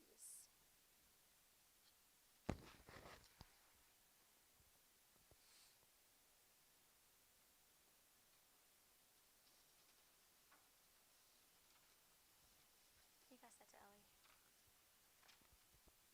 Okay, so let's look at number 1. Whom will be in charge of the decorations for the banquet? Actually, Elias, if you just want to look at it too, I'll print one off for you, just so you know what we're talking about. Whom will be in charge of the decorations for the banquet? Okay, so I would bracket off whom will be in charge. Obviously, that's the part that I'm looking at. So first, I need to find my verb, which is what, class? Will be. Okay, then I need to find my subject. So who or what will be, class? Whom. So, whom is in the subject case, or the subject spot, so I need to use which case, class? Nominative. Therefore, whom is changed to who. That's number 1. Okay, number 2. Pastor Dave Johnson presented Bibles to Will and he for memorizing the most scripture verses. Okay, I'm looking at my pronoun. Which one, class? What is the pronoun used here? He. Okay, so I need to find my subject and my verb here. What's my verb? Presented. Who or what presented? Pastor Dave Johnson. What did he present? Bibles. Okay, in this case, to will and he are used as what, class? What is to will and he? It is a prepositional phrase. So therefore, I need to look at my objects here, which is will and he, right? So what case do I use with objective of OPs, object of the prepositions? Good, objective case, so therefore I need to change he to him. Good, that's number 2, okay? Number 3, Mary and she will be visiting us tomorrow. Okay, what's my verb here, class? Will be. Who or what will be? Mary and she, those are 2 subjects. So therefore, if that is used with the subject, which case do I use? Nominative, so is that correct? Yes, that is correct. Okay. Number 4, the chosen representatives were Krista and them. Okay. Let's find my subject and my verb. First, what's my verb, class? Were. Okay. Who or what were? What's my subject? Representatives were. Who or what? What is my complement here that is completing my subject and my verb? Good, Krista and them. We have a linking verb here with the word were, so therefore it could be a what kind of complement? DO or PN, class? It is a PN. So our linking verb is linking Krista and them back to representative. So if it's a PN, what case do I use? Nominative. So what do I need to change? Them to they. Okay, so the chosen representatives were Krista and they. Okay, number 5. She will be giving the reward to whomever wins the competition. I think a lot of us miss this one. Okay? So look at this. What's my subject and my verb within this verse sentence? Okay, will be giving. Who or what will be giving? What's my subject? She will be giving. What will she be giving? The reward. Okay? Notice this. To whoever wins the competition. All right? What is my word to? What is it? It is a preposition here. So therefore, the word whomever is what? It is an OP. Okay? And then it would be, honestly, there is a understood word of that before the word wins, because that is a clause on its own. It's to whomever that wins the competition. So whomever would be, in this case, a OP. So therefore it is correct. We would not change whoever. Okay? Number 6, us Smiths like to watch football on Sunday afternoons. Okay, what is my verb here, class? Like. Okay, who or what like? Us. All right, so us like, does that make sense? Class, yes or no? Nice and loud. No, it doesn't make any sense. So us is our subject, so our subject needs to be which case? Nominative, so we change what? Us to we. We Smiths like to watch football on Sunday afternoons. Okay? The coach will tell us whom he thinks should be our starting 5. Okay? We're bracketing off whom he thinks should be our starting 5. Okay, this is also one that we need to look at. What's my verb here? In the clause that we just bracketed off. Should be, okay? Remember words like he thinks, did he say, all of those are irrelevant. Those are kind of parenthetical elements in there. So we need to look at our verb here. So who should be, who or what should be? What's my subject? Whom. So in our subject, we know we need to be nominative case, so we change whom to who. Okay? Number 8, out of all the puppies for sale, the one we bought was the cuter one. This is dealing with comparison. So out of all the puppies, is that 1 or 2, 2 or 3, 3 or more, class? 3 or more. So which degree of comparison do we need? Superlative. So what would we change? Good. Cuter to cutest. Okay? Out of all the puppies we bought, the one we bought was the cutest one. Number 9, our team played real well at the game yesterday. What did we change here, class? Real to really. Or, Noah, what did you put again? Okay, you got rid of what? Real. Okay, you can say our team played well at the game yesterday. Or you can say our team played really well. Okay, number 10. Same thing, mother has no objection to us going with you. It's mother has no objection to our going with you. Okay?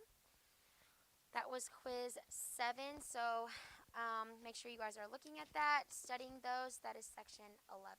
Okay? Tonight for homework, like I said, finish reading Robinson Crusoe. The last chapter in chapter 13, study list 5 for vocab. And then, let me see, give me 1 second. We'll practice exercise 66 tomorrow. So just studying and reading tonight for homework, no grammar homework. Are there any questions? All right, you guys are dismissed.